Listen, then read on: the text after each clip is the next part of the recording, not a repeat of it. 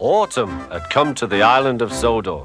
The fields were changing from yellow stubble to brown earth, and the tractor was hard at work as Thomas puffed along.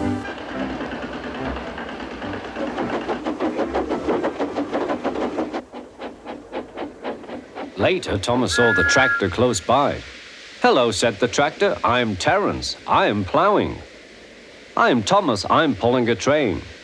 "What ugly wheels you've got." "They're not ugly. They're caterpillars," said Terence. "I can go anywhere. I don't need rails." "I don't want to go anywhere," said Thomas. "I like my rails, thank you."